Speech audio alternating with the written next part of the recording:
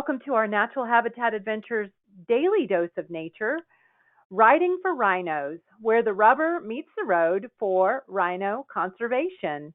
And I'm just delighted to introduce you to Matt Meyer. He's coming to us from South Africa. He has guided safaris all across southern Africa. He's an avid photographer and, as you can imagine, especially enjoys cycling. And he's going to tell us all about this amazing trip that he took and a little bit more about the rhinos that he was riding for. So, Matt, over to you. Thanks, Lee. And yeah, just for the record, I was never a cyclist until Rhino Run came about. I'd actually never really spent much time on a bicycle, and then we came up with this harebrained idea to raise money for rhinos, and it turned out that legally I could only do so while on a bicycle. So just to set the record straight there, I was never a cyclist. But yeah, I'm from South Africa. Rhinos have been a passion of mine since I was a child, since I can remember. And a few years ago, there was a guy who walked across South Africa pulling a life-size rhino statue, much like the one that you can see in the picture there, across South Africa. But he didn't do it to raise money, he did it for awareness. And a good friend of mine who was one of the main sponsors of Rhino Run, Chris Liebenberg, who is in San Diego, we came up with this idea to do a fundraiser in the States. And so I'll get a little bit more into the distance and where I went and all of that in a little while. But yeah, so that was the basis of Rhino Run, was a fundraiser and an awareness campaign for the plight of the rhinos, to try and raise money and raise funds for rhino conservation, and then just get the message out to what is happening to these amazing creatures. So just, you can see that's me there. That was after a extremely tough day, where it was probably my biggest climb, going from Mountain View just south of San Francisco to Santa Cruz. And I was just broken at the top of this hill, and that was a moment of just trying to catch my breath and get myself back I was pretty much, you'll see some photos a little bit later where I actually had to push the bike at some points. But to go back, rewind a little bit, you can, rhinos, or the ancestors of rhinos first appeared sort of 50, 60 million years ago. They obviously didn't look like the rhinos that we know now. And those evolved into probably the last sort of 1.5 million to 2 million years. The more modern ancestors of rhinos came about, and then these rhinos here that you can see, this is the ancient woolly rhino, was still present in certain parts of Europe and the northern hemisphere up until about 10 or 12,000 years ago, and thought to have gone extinct around the time when your woolly mammoths would have gone extinct. But you can see over here we have so the largest mammal actually that's ever walked the earth was a descendant, or gave rise to the descendants of now, or we have a rhinos. You can see that in the background there, that giant gray thing. And then all the way down to the red outline is the white rhino, the blue outline is the Indian rhino, the great one-horn rhino, and then the black and the Sumatran rhino. So it just gives you a bit of a size comparison there. So these animals have been evolving for the last 50-odd million years, and within the last 200 years, we've nearly lost all of them. And this was a campaign to kind of bring light to that, shed light on that, what's happening. And then this picture here that you can see was actually took it a few years ago in Damaraland, which is in Namibia, in southwestern southern Africa.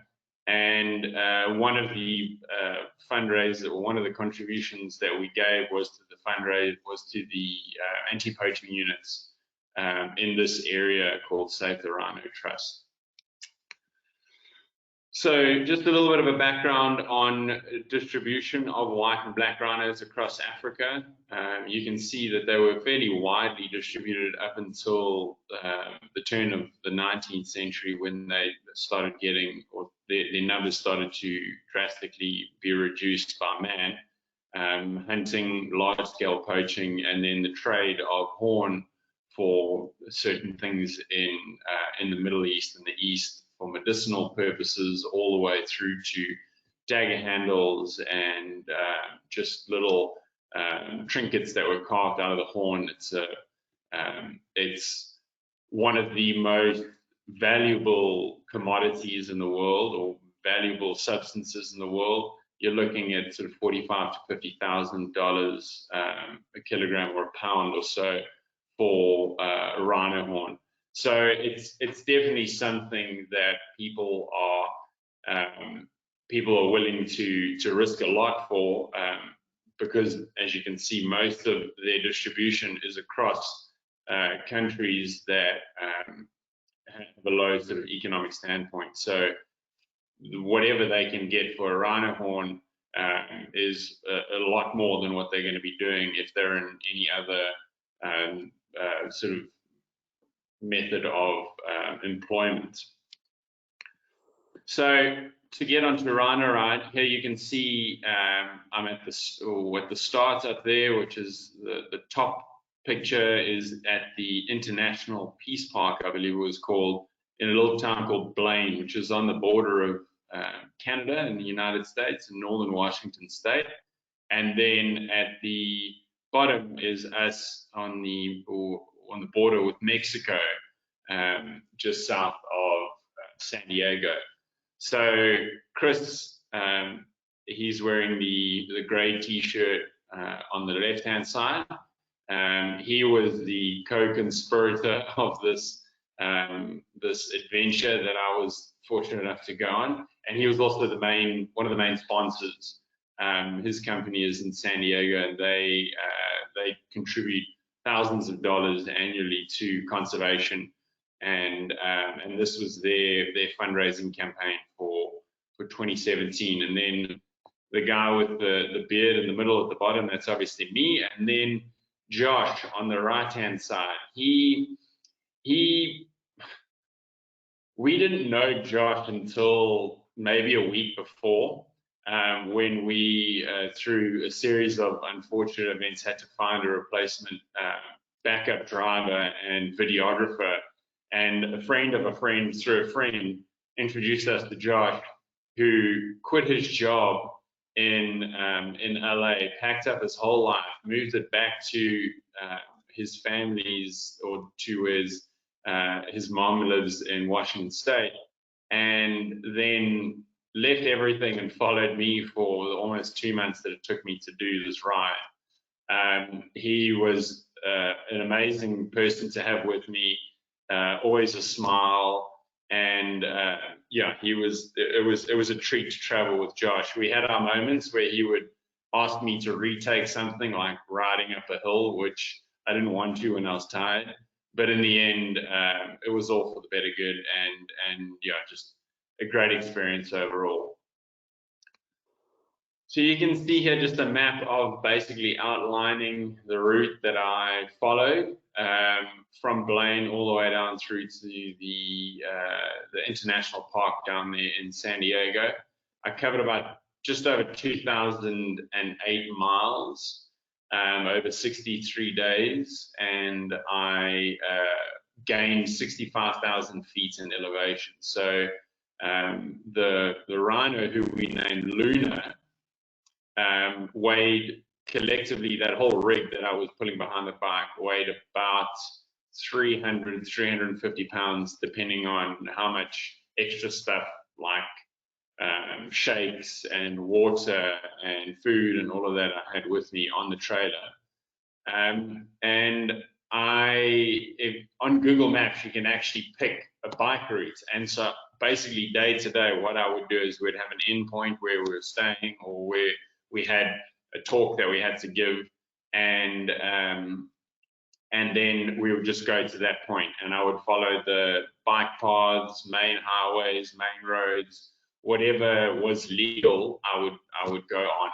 And so that's where we got this this route from. You'll see there's a certain amount of it where I wasn't able to stay on the coast, especially north of San Francisco. That Highway 1 was just, it was impossible to get there, and that was also around 2017. It was just after those massive storms that came in and washed away quite a bit of the coastal highway there. So we had to day by day just suss out our route. Sometimes we had to go back and start again and reroute, but it was day by day finding the best route to get to the next point. Starting on April 17th. In 2017, and then we finished on June 20th. So a little bit of a daily routine. When I wasn't cycling or sleeping, I was eating. I was consuming probably, I don't know, estimated about 9,000 or 10,000 calories a day, pulling Luna behind me on the bike. You can see there, that was my favorite breakfast, which is as much toast and peanut butter and bananas as I could get in me. I had a nutrition supplement sponsor who sponsored a bunch of plant-based supplements that I almost lived on during the day. And then in the evenings, wherever we were, Josh knew to have a couple of ice cold beers and 2 or 3 bags of jalapeno kettle chips for me to wolf down before whatever the closest Mexican restaurant was that I could get a bean burrito. So yeah, I was just, like I said, if I wasn't riding or sleeping, I was eating as much as I could. Now, the bottom picture there, you can see that Jeep. So that's Chris's Jeep. So not only did he sponsor this epic adventure, but he actually gave us his Pride and Joy Jeep that we kitted out with those rooftop tents. And that's where Josh and I, we bunked up when we were camping. And then we had all of our supplies and things like that in the back of the trailer. So t-shirts that we were giving away, and food, and a bunch of stuff. If it was raining outside, that's where we'd put everything. And then yeah, we just camped out wherever we weren't hosted for the night. We were hosted for a lot of the times, and a lot of our friends really graciously hosted cocktail parties and things where they invited their friends around, and we had little mini fundraisers as often along the route as we could. This was fairly early on in the ride. We stopped for a photo shoot here on the side of the road, and this was one of the last times that we had that reflective flag on the back of Luna. That was basically there just so that I could judge through the back of, to see where the back of Luna was whenever I was going through some tight spots. I had these little rear view mirrors attached onto my handlebars, so that I was always aware of the back of the rig. And then you can see the little pink wheels that are on all 4 corners of the trailer. Chris's wife, Emily, donated one of her roller skates or roller blades from, I don't know when she had those, but we pulled those apart, and that allowed me to get up and down some steep inclines and declines without grinding the trailer onto the bottom of the road. So along the way, we did several news interviews, and some they said, oh no, we'll come out and meet you on the road, and they brought cameramen and reporters and that, and others they were very keen on getting us in studio. This being one of them, when just before the ride, when I was still down in San Diego, and they got us into the studio, and then they said, no, but you've got to get the Rhino up onto the stage. So there we are, trying to look decent for the camera, and then having to haul 350 pounds up onto a stage that's a couple of feet off of the platform. But yeah, so we were probably interviewed, I'd say, on average a couple of times a week. And we estimated that with the media coverage, we had the potential footprint to have about 100 or 90 or 100 million viewers was our overall reach that we estimated. Here is crossing the San Francisco, the Golden Gate Bridge. So one of my fondest memories, one that we thought nearly wasn't actually going to happen. So just before we got there on the Saturday morning, which is when we went over, on the Friday afternoon, we got to the bridge and we realized that they'd closed the biking route off. And we could only have access to the pedestrian side, but the pedestrian side has got quite a few stairs and then barricades to stop people on bicycles going onto it. So we just said, you know what, we're going to wing it the next day.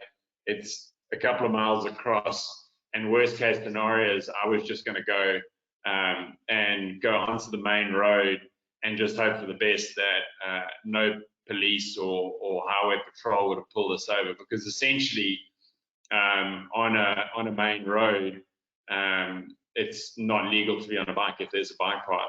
But then we got there the next morning and that opened up the bike path. I don't know if it was just for us, but we managed to get across, and I had about 10 or 15 other friends there with me, fellow cyclists who came across for the ride just to get over the bridge into San Francisco. So one of the main focuses for the ride was the outreach for children, the education standpoint, and we were averaging on a school every second or third day. Some days we'd visit 4 or 5 schools, other days we wouldn't have any. One of the things we had to do was make that little sign, because people would often walk up and whack Luna as hard as they could on the side and ask, yeah, what's she made of?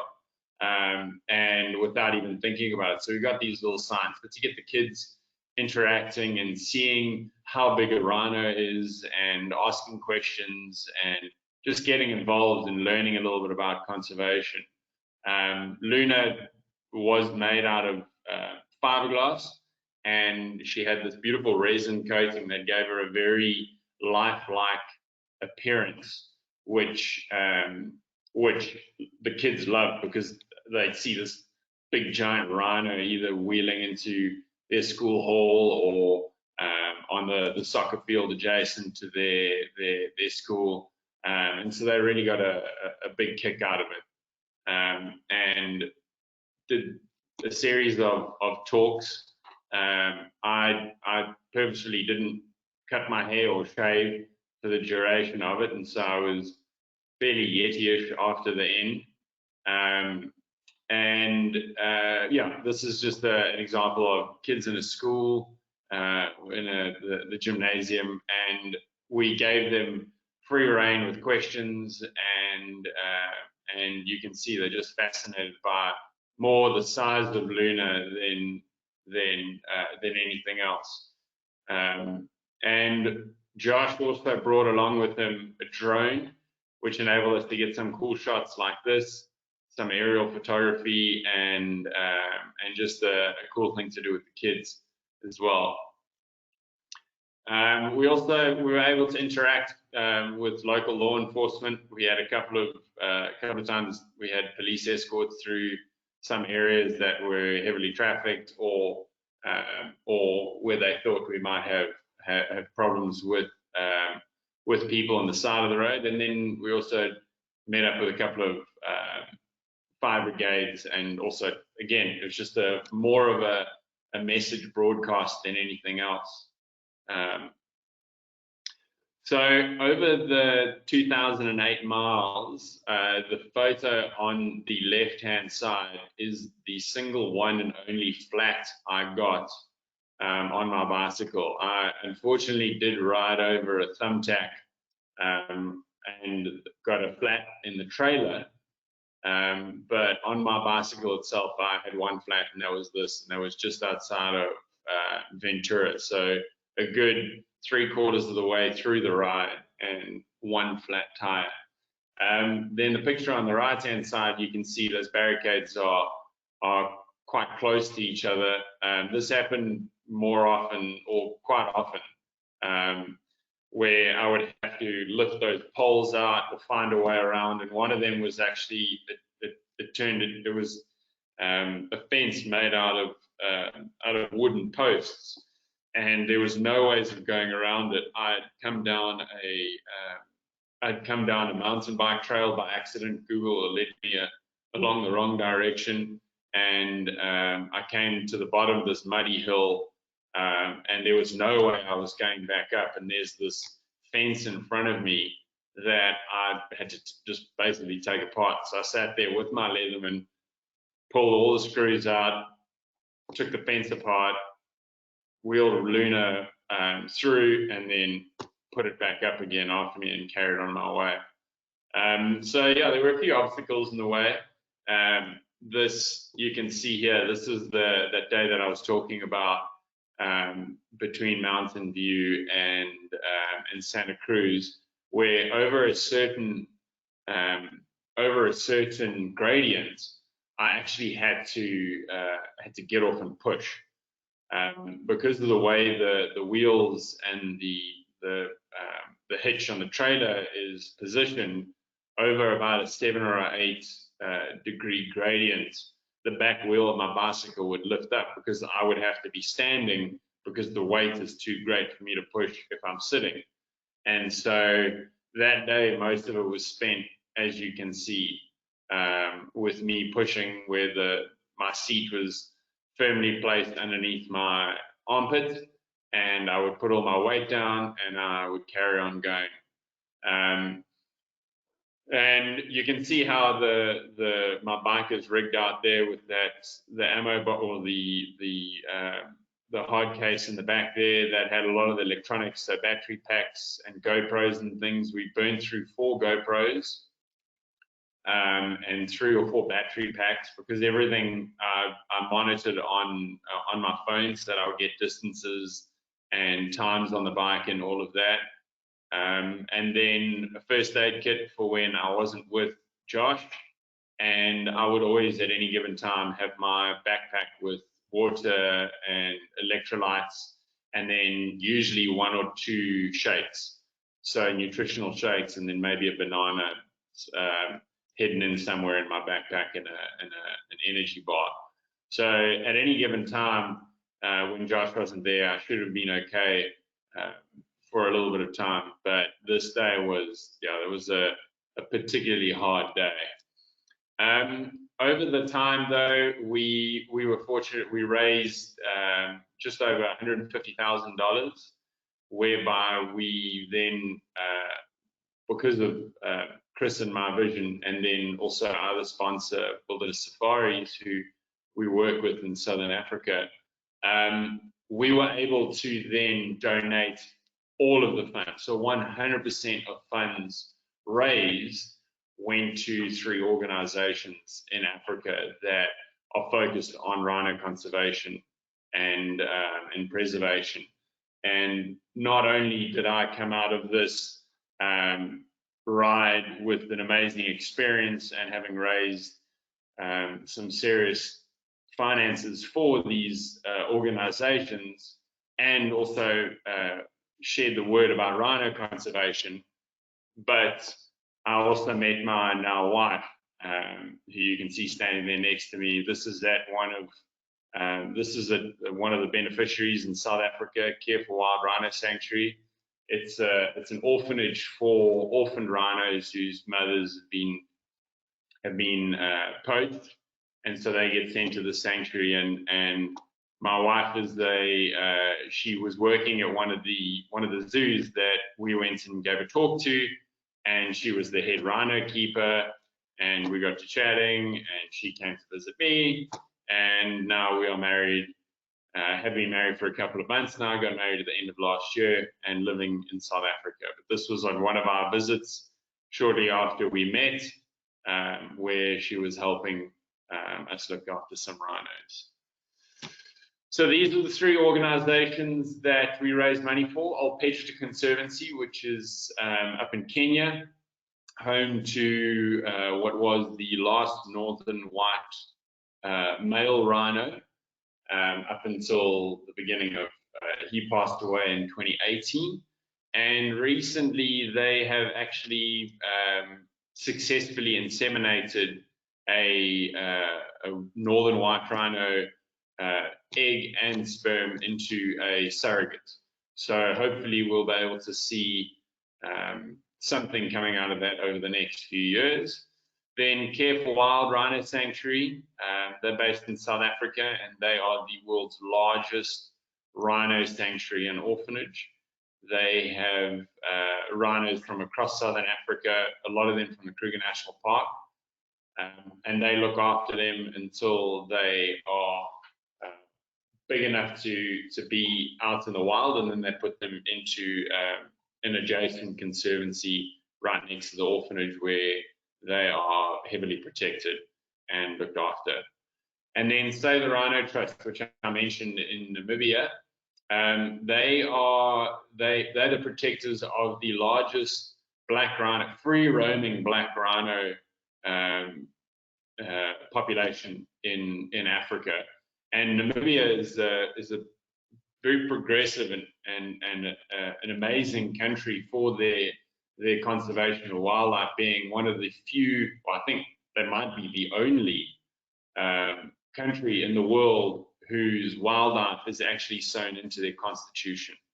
So they take their protecting of animals very seriously, and the area that they are in, as you saw in one of the first clips, is an extremely difficult area to navigate and to walk over. And most of these anti-poaching guys are on foot for hours and hours a day, walking over what looks like a moonscape to protect these rhinos. That's exactly what I was talking about there. You can see those rocks. I mean, those rocks are the size of, some of them are the size of basketballs, and these rhinos just walk straight over them, no problem. But for the anti-poaching units, they can't get vehicles up there.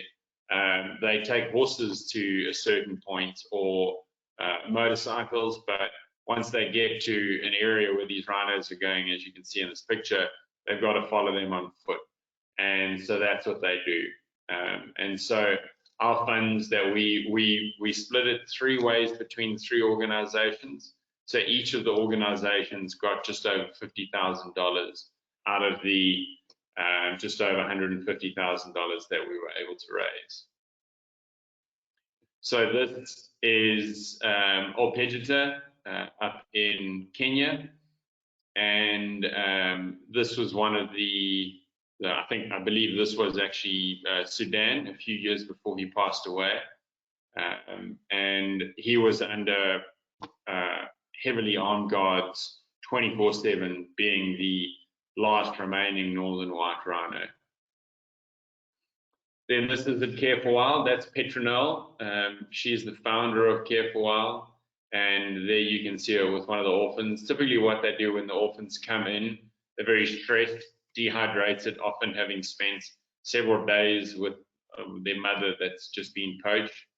And so the first thing to do is to try and eliminate the effect that shock has had on their bodies. So they blindfold them, and they just try and get liquid into them before moving them around too much. And you can see this youngster here has just been released into the boma, and after a day or so of being walked around, then they'll likely take the blindfold off, and it'll be a little bit more relaxed. This rhino is 100% perfectly fine. It is happy, healthy. It's just been drugged so that they can come in and cut off the horn. But this is just to show you how the horn can be removed without harm actually coming to the rhino. And this is one of the techniques that's used in a lot of game reserves, a lot of the smaller private game reserves that have a small population of rhinos, whereby they dehorn them. So it's keratin, so like your fingernail, it has a growth plate or growth point, which is a few inches off of its nose. And they cut it off, they grind it down, and then it will regrow in a few years. And so this rhino will be drugged for a little bit. They'll be able to do some ear notching. You can see on the right-hand side, the furthest away ear of that rhino, it's got a few notches in it. That's for easy identification in the field, so they can look at a rhino and see it's got 2 notches on the right ear and 1 notch on the left ear. That's a code that they can put together and they can identify that individual. And then these horns are then transported into a safe, and they're kept under lock and key and out of the hands of would-be poachers. This is, again, at Careful Wild. You can see the rhinos here. These are in the heavy protection zone, or the area where they're allowed to roam freely. They've got anti-poachers or anti-poaching units with them 24/7, guarding them, and they will live the rest of their days not having to worry like they would if they were in a large game reserve with huge tracts of land that are very difficult to maintain and manage, and for anti-poaching units to watch and keep poachers out of. So this is a project that is involved with, or the WWF started with a few organizations in South Africa called the Black Rhino Range Expansion Project, whereby over the last 20 or so years, it was started in 2003, they've successfully rehomed just over 200 black rhinos across 200,000 hectares in Southern Africa. So that's using small game reserves as safe zones or intensive protection zones for these black rhinos. So the easiest way to move these black rhinos, because black rhino is a little bit more, they get agitated quite easily and quite quickly. And so as soon as you dart them from a helicopter, like you can see here, they're flying over the helicopter, they dart them, black rhinos will more often than not run straight into thickets and vegetation. And so to get a truck in there to load them up and to be able to successfully move them, they can't do that. So that's why they utilize helicopters like this. So they'll dart the rhino from the helicopter, then when it goes down, put a blindfold, do all the tests, do the DNA, then string it up like that. And if it's within dozens of kilometers of where they need to move it, they'll probably just move it with the helicopter. But if it's a few hundred kilometers, then they'll load it onto the back of a truck and they'll transport it to its final destination.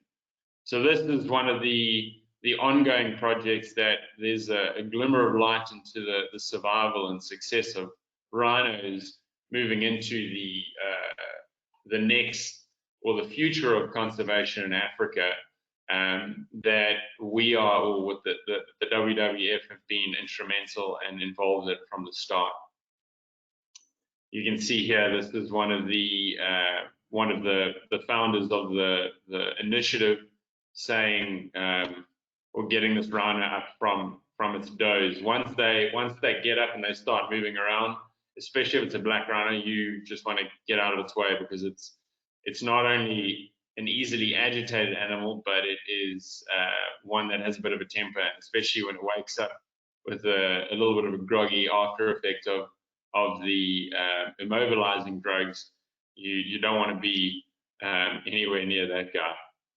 But yes, so thanks to everyone. This was one of my favorite photos of a rhino that I've ever taken. It just reminds me of how something needs to be done for these great animals before they, as you can see here, quite literally disappear before our eyes. But I hope everyone enjoyed that, and thank you for coming out today. Matt, thank you. That was phenomenal, and there's just so much enthusiasm from our audience for your efforts, your journey, and all of this information. And so I have a lot of great questions here. Let me start with this one. What is the difference between a black and white rhino?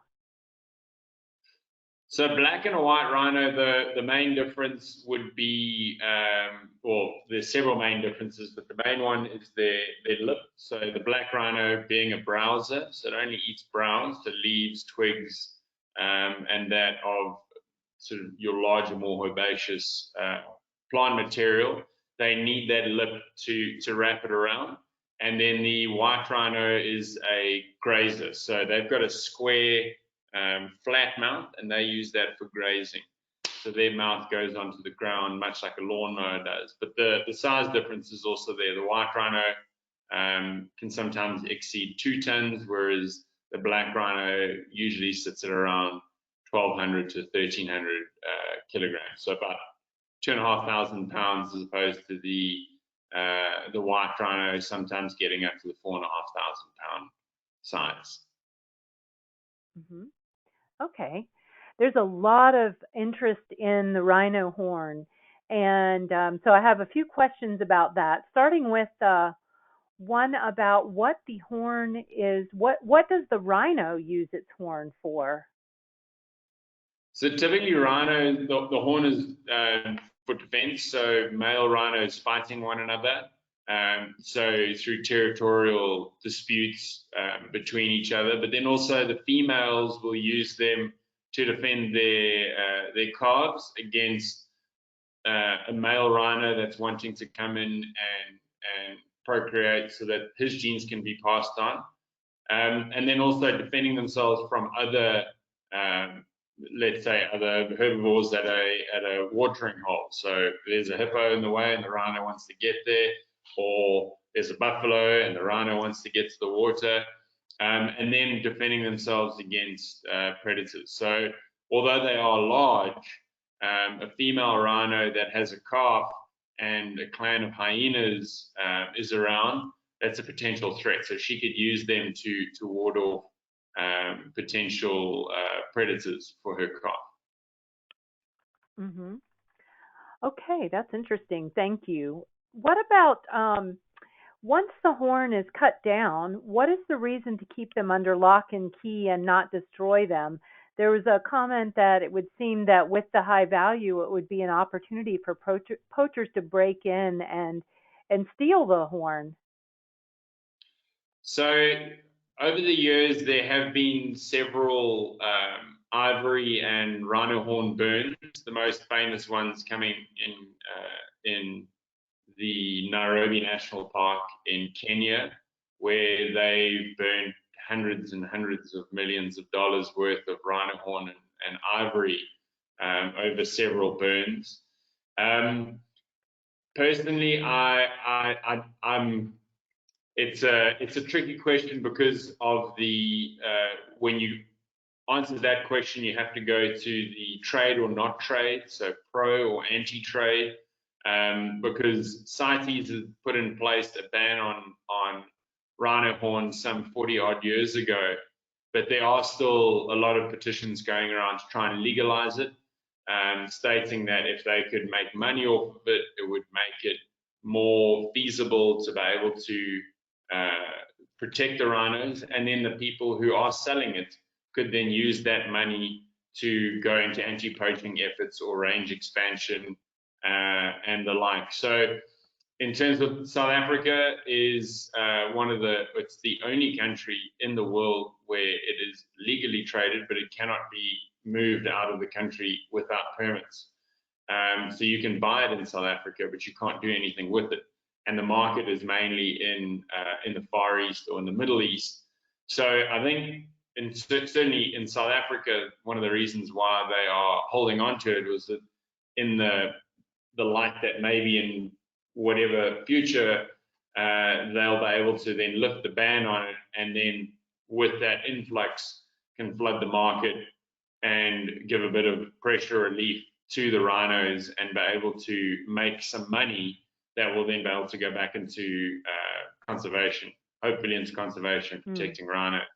So without going too much into it, into the pro and anti-trade, the reason for holding on to it is because of possible future markets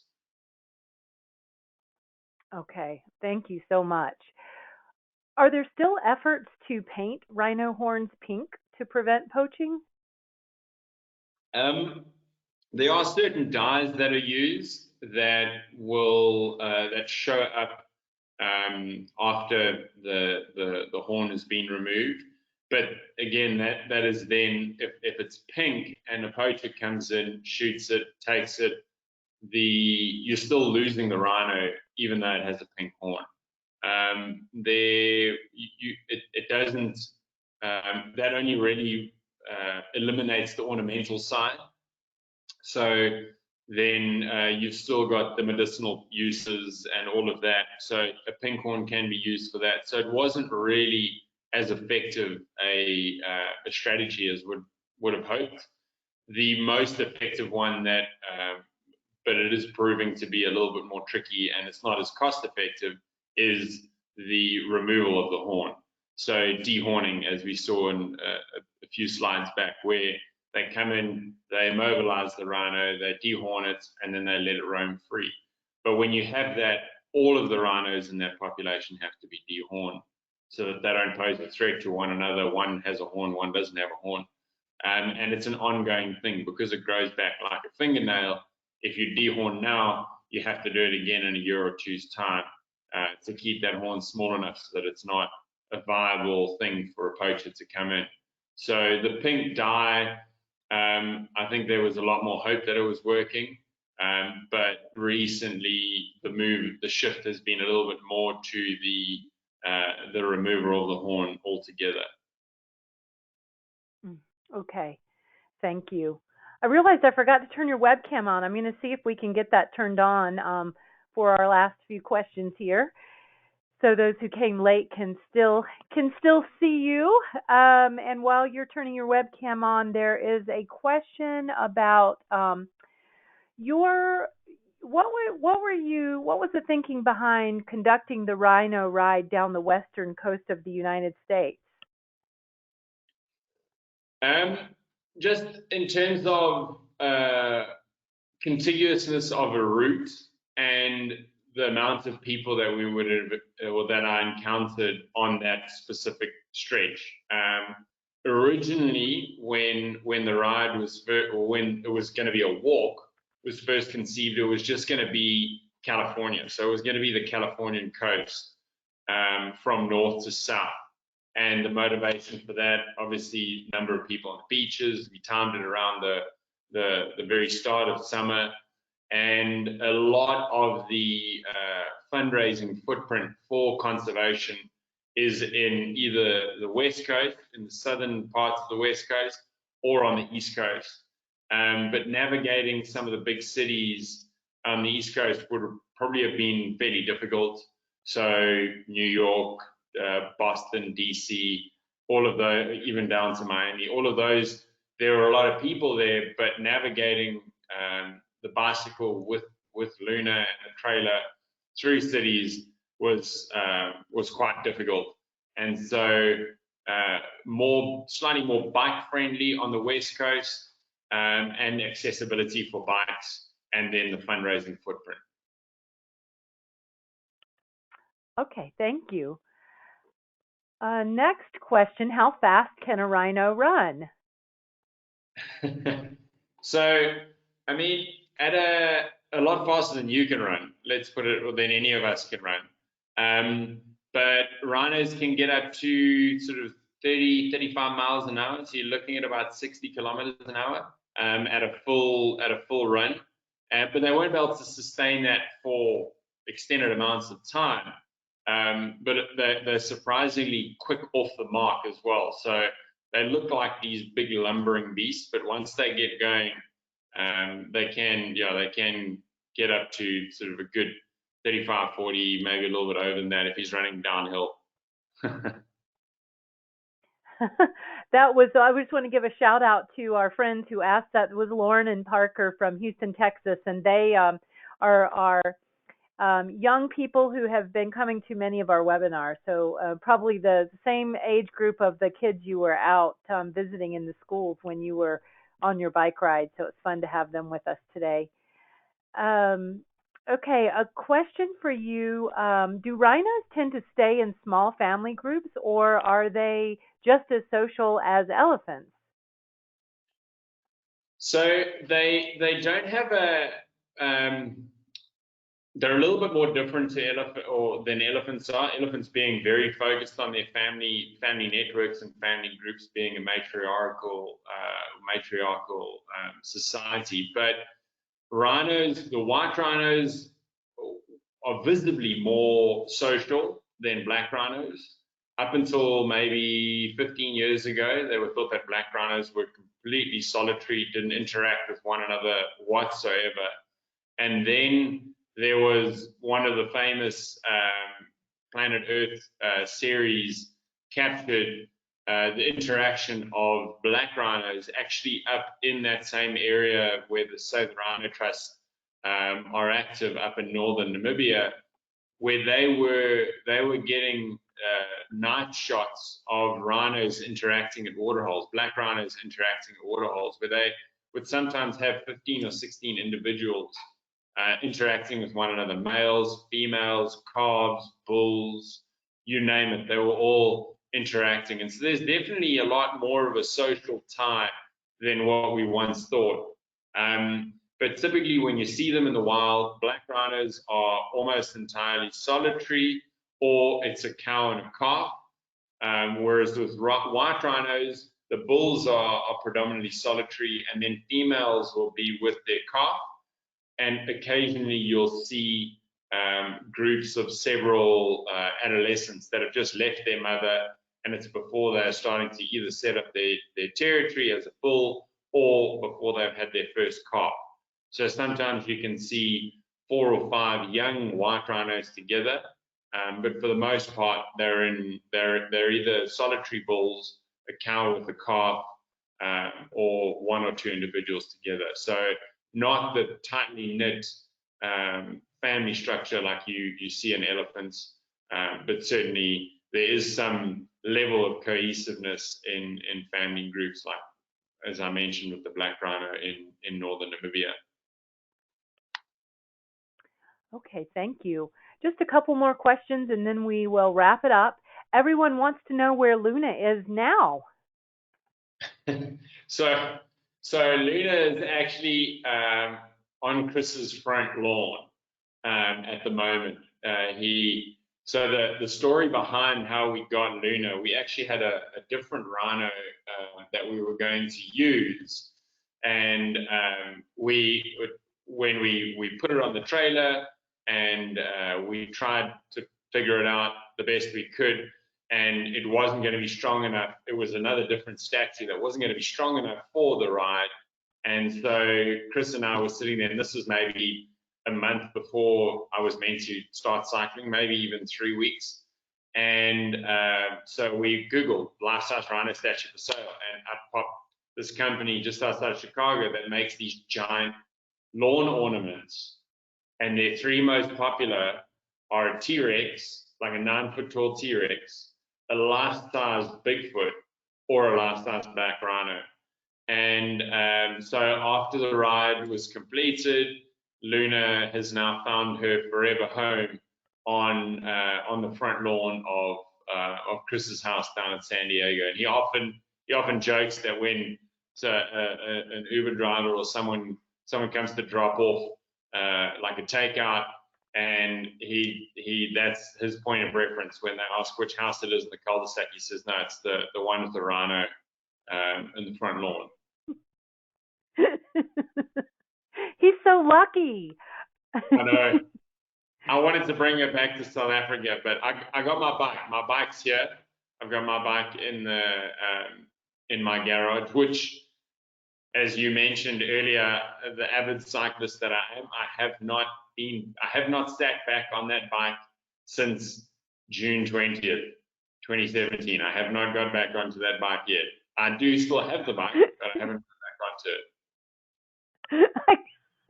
I can understand that. Okay. Well, yeah. Well, on that note, I'll stop with the questions and I'll turn it back to you, Matt, for closing comments. Thanks, Lee. And yeah, thanks to everyone for coming out. And if there's anything, if I can give one take home for this, is that even the smallest act of something, of trying to change something that you believe in, can create a change. And this was just my contribution that I could give to an animal that I have, or a species that I have had so much joy in viewing and being with and spending time with and getting to know over my 30 odd years in the bush, 15 of which I've been guiding. It means a lot to be able to spread this message now, even 3 years after the ride was completed, with however many hundreds of views that we've had today.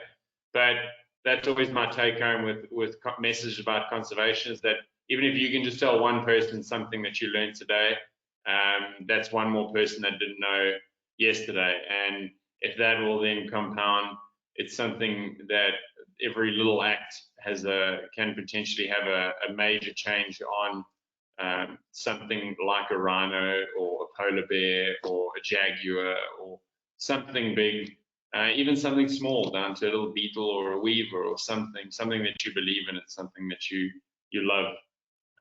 So thank you for listening, and thank you in advance for spreading the word about rhinos and rhino conservation, and together we can make a change for this amazing species.